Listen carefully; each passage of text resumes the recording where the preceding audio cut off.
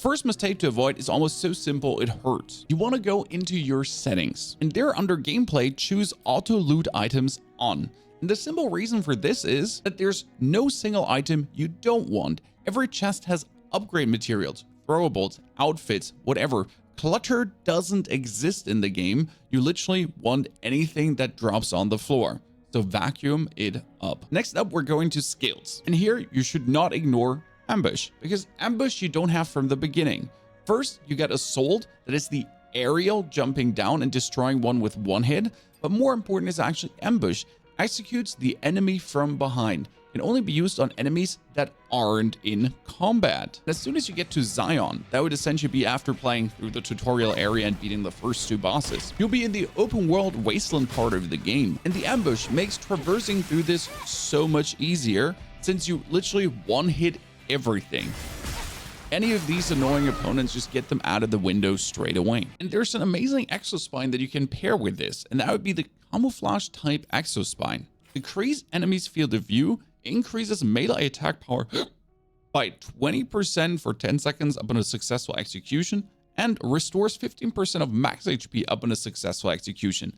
This decreases enemy field of view, allows you to essentially sneak up on everything. And this extra spine can be found on top of this tower, and that's the first thing you'll do as soon as you enter into the wasteland area. We're going for the solar tower.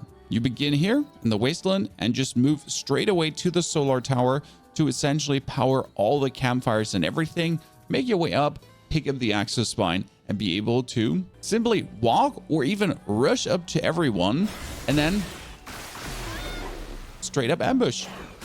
Easy as that. Now obviously we get the other dudes to finish, but you get the drift. It's so simple. And just for good measure, let's do it again.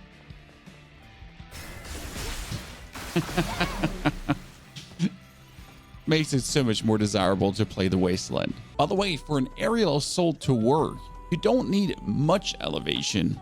You can see these robots here and our, well, I would be loath to even call it elevation. Have them get close, run up. That's it. Now another setting related thing. You see in the bottom left corner how my HP bar is a bit bigger than yours? In settings, under interface, you can actually change the HUD size from very small to very big. And if you want to have it always on, you could do that as well. But I have to say that I sometimes miss how much HP I have. Yeah, I know it sounds stupid, but I do simply need that HUD in a bit bigger.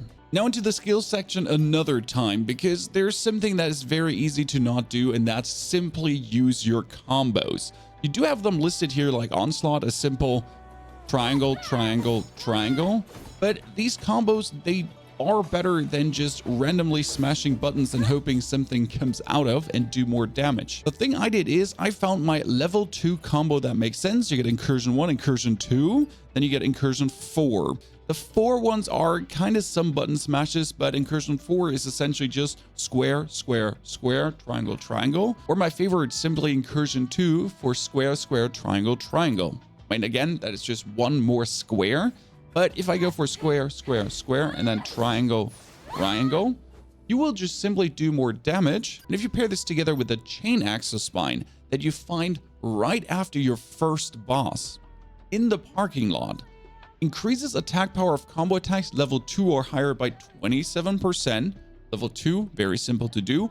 Crit damage increased by 23 and increases crit rate of combo attacks level 4 or higher by 30%. This one boosts your damage so much, and you gotta essentially simply do level 2 combo attacks or higher.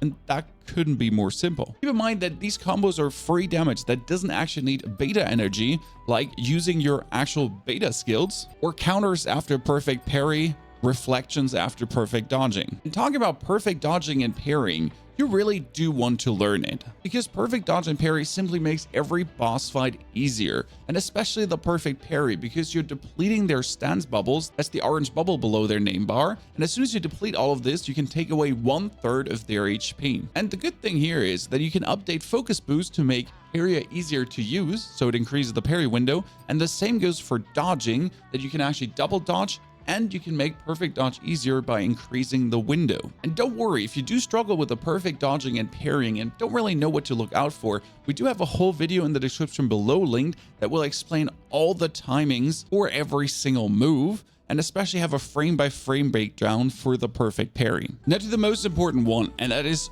overuse your scan. It does sound stupid, but every chest you find, every tiny loot robot, and especially the humans, have loot that is simply not optional. Plus every chest and these loot robots, they don't only contain materials to upgrade your exospines. No, even more important is finding these tumbler enhancement and the gear sockets. Tumbler enhancements will be for heals, and gear sockets is that you can actually put on later a second exospine, and in total 4 of those damage gear, shield penetrator gear, beta enhancement gear upgrades to enhance your character.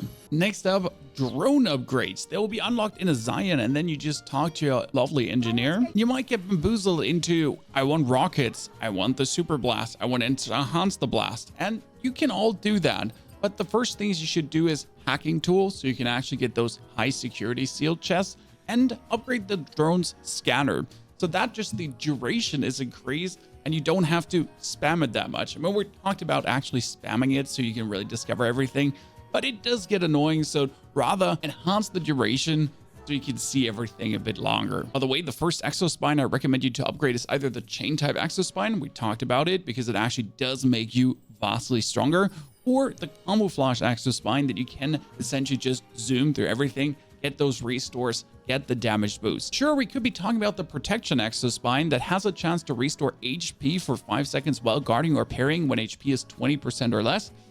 But let's be fair, when your HP is 20% or less, you usually do take your potion and you're not thinking about guarding or parrying. Sure, it can help you and it does decrease the damage taken by 10%, but if your enemy takes away 1/3 of your health bar with one hit, 10% doesn't really make that much of a difference. Lastly, there's an amazing item called the WB pump, and this one can actually save you. This one can actually win you a boss fight if you would have actually lost it, because it does restore your HP here and there where you died.